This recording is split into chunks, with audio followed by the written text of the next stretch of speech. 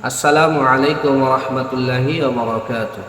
আলহামদুলিল্লাহ, আলহামদুলিল্লাহি কাফা ওয়া সালামুন আলা ইবাদিহিল্লাযীনা ইসতাফা, আম্মা বা'দ।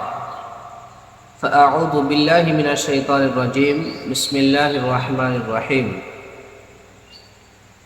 ওয়া ক্বালা an-নাবিয়্যু সাল্লাল্লাহু আলাইহি ওয়া আলিহি ওয়া সাল্লাম, লা তাআতা লিমাখলুকিন ফি মা'সিয়াতিল খালিক, আও কামা ক্বালা আলাইহি সালাতু ওয়াস সালাম।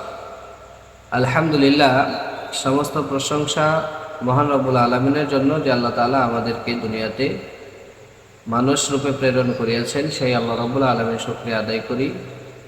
সকলে বলি আলহামদুলিল্লাহ। ভিডিওটা যিনি দেখছেন আলহামদুলিল্লাহ পড়বেন। তারপরে জানাই, দুজাহানের নবী, নবীদের সরদার মুআমিনুল লাল, সেই নবীর উপরে শতকোটি দরুদ ও সালাম শান্তির ধারা বর্ষিত হতেই থাকুক। পড়ি আল্লাহুম্মা আমিন। দেখেন মুহতারাম, আল্লাহ রাব্বুল আলামিন তিনি হলেন আমাদের প্রভু। যে আল্লাহ রাব্বুল আলামিন আমাদেরকে পৃথিবীতে প্রেরণ করার পরে এমনি এমনি ছেড়ে দেয়নি। আমাদেরকে আল্লাহ রাব্বুল আলামিন সমস্ত রকমের পথ দেখিয়েছে, যে পথে আমরা দুনিয়াতে ক্ষতি থেকে বেঁচে গিয়ে আমরা উত্তীর্ণ হতে পারি। সমস্ত সেই পথ আমাদেরকে আল্লাহ রাব্বুল আলামিন দেখিয়েছেন।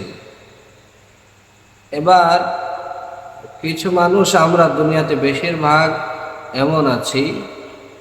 বেশিরভাগ মানুষ আমরা এমন, যে আল্লাহর সেই পথ যে দেখিয়েছে, সেই দেখানো পথে না হেঁটে, না চলে আমরা নিজের মনের মতো দুনিয়াতে চলাফেরা করি। কিন্তু তবু আল্লাহ রাব্বুল আলামিন আমাদের উপরে এতটা নারাজ হয়নি, যতটা আমরা নিজেরাই মানুষ আইন ভঙ্গ করি। মানুষের যতটা আইন ভঙ্গ করি, ভঙ্গ করার পরে যে কঠিন সাজা কি শাস্তি আমাদেরকে দেওয়া হয়, সেরকম শাস্তি কিংবা সাজা আল্লাহ রাব্বুল আলামিন আমাদেরকে এখনো দেননি। কেন দেননি?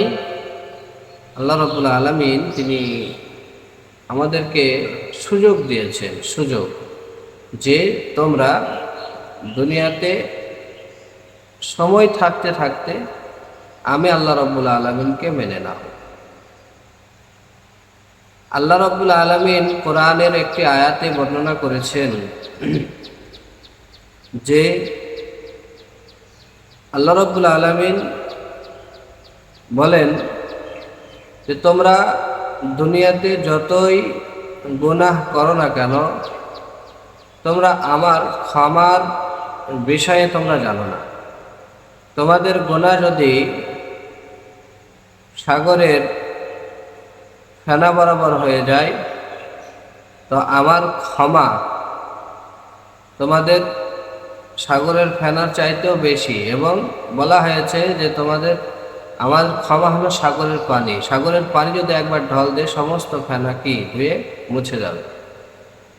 তোমাদের গুনাহ যদি আসমান পর্যন্ত কিংবা জমিন পর্যন্ত একবার দুনিয়া ভরে যায়, তাহলে আমার আল্লাহ রাব্বুল আলামিন তিনি বলেন, আমার ক্ষমা, আমার রহম আসমান চাইতে আমার আরশ পর্যন্ত। এই জন্য আল্লাহ রাব্বুল আলামিন তিনি বলেন যে তোমরা আমার রহমত থেকে কখনোই নৈরাশ হও না। কোরআনে আল্লাহ রাব্বুল আলামিন বলেন যে কখনো তোমরা আমার নৈরাশ থেকে, আমার রহম থেকে তোমরা নৈরাশ হও না। আমরা যত গুনাহগারী হোক না কেন, হই না কেন, আমরা যদি একবার খালেস মন থেকে, অন্তর থেকে আল্লাহ রাব্বুল আলামিনের কাছে যদি আমরা ক্ষমা চাইতে পারি, এই নিয়তে যে আল্লাহ সমস্ত গুনাহ ছেড়ে দিয়ে আর গুনার পথে যাব না, আল্লাহ তুমি আমার সমস্ত গুনাহকে ক্ষমা করে দাও, তাহলে আল্লাহ রাব্বুল আলামিন সমস্ত গুনাহ মাফ করে দেবেন। তাই মুহতারাম, দুনিয়াতে আল্লাহ রাব্বুল আলামিন আমাদেরকে জানিয়েছেন, ইয়া আইয়ুহাল্লাযীনা আমানু,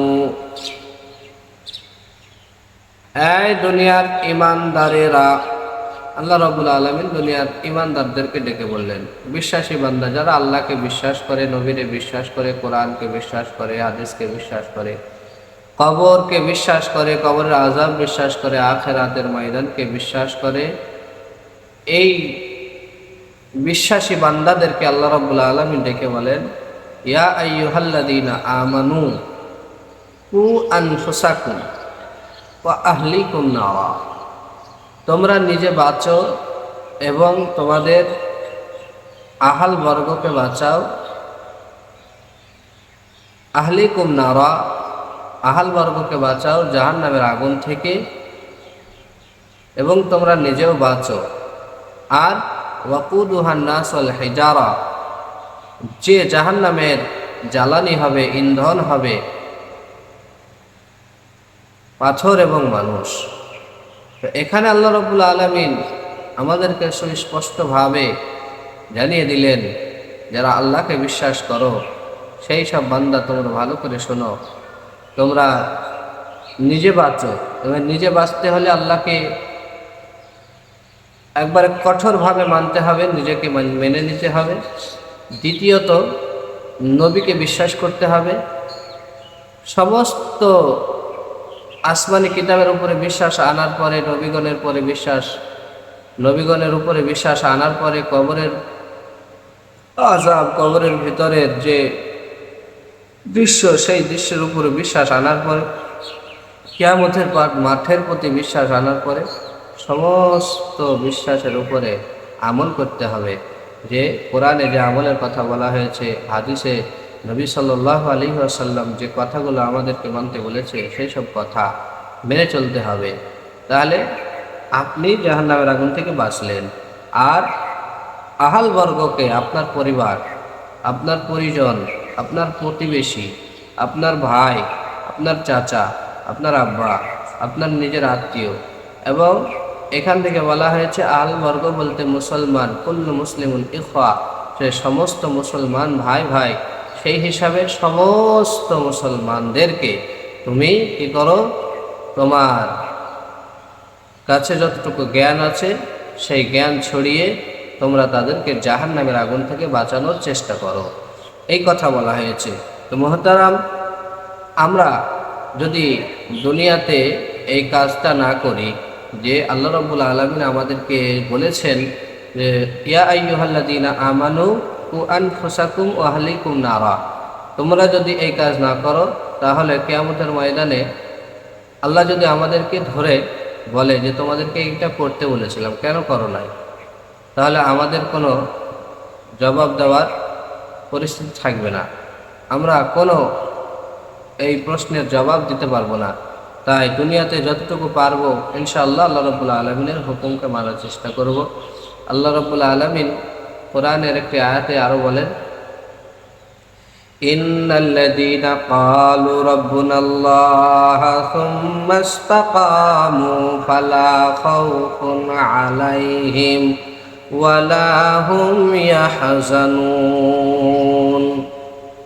আল্লাহ রাব্বুল আলামিন বলেন যে দুনিয়াতে যারা বলবে আমার রব আল্লাহ, আর এই কথার উপরেই যারা জীবনটাকে মজবুত করে চালাবে, শক্ত করে চালাবে, তাদের কোনো ভয় নাই, কোনো চিন্তা নাই।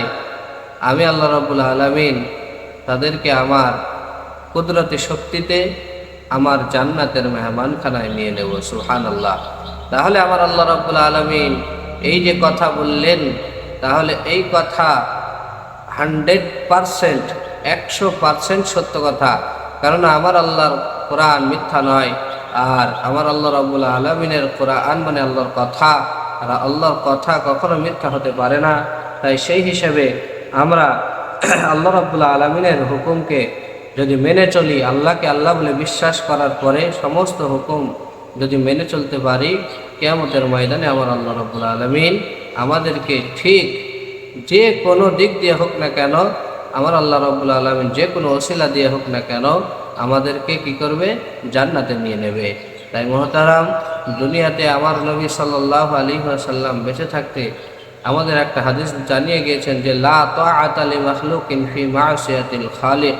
দুনিয়াতে তোমরা ভালো করে শুনে নাও যে এ মাখলুকেরা, তোমরা দুনিয়াতে যেখানে আল্লাহর জমিনে থাকতে হলে তোমাদেরকে আল্লাহরই ইবাদত করতে হবে। আল্লাহর জমিনে থাকতে হলে আল্লাহর ইবাদত করতে হবে। যদি তোমরা মনে করো যে আল্লাহর ইবাদত করবে না, তাহলে এই জমিন থেকে, আল্লাহর জমিন থেকে বাহির হয়ে গিয়ে তোমরা অন্য এক জায়গাতে, সেখানে যেখানে আল্লাহর জমিন নয় সেই জায়গায় ইবাদত করো। যার ইবাদত করবে তার জমিনে গিয়ে করো। তাহলে আপনারা একটু চিন্তা করুন দিনই যে দেখুন যে দুনিয়াতে কোন জায়গাটা, কোন জমিনটা অন্য কারোর। আপনি যে জমিনে বাস করছেন, এখন যে কথাটা শুনছেন, সেটাও আল্লাহর জমিন।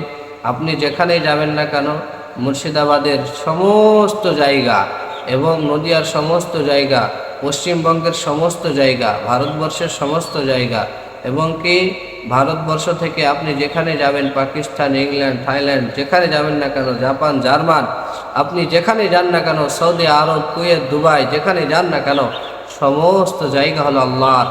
আর এই দুনিয়াটার সমস্ত জায়গায় আল্লাহর, দুনিয়া আল্লাহর। তাই আমাদেরকে দুনিয়ায় থাকতে হলে ইবাদত করতে হবে আল্লাহর।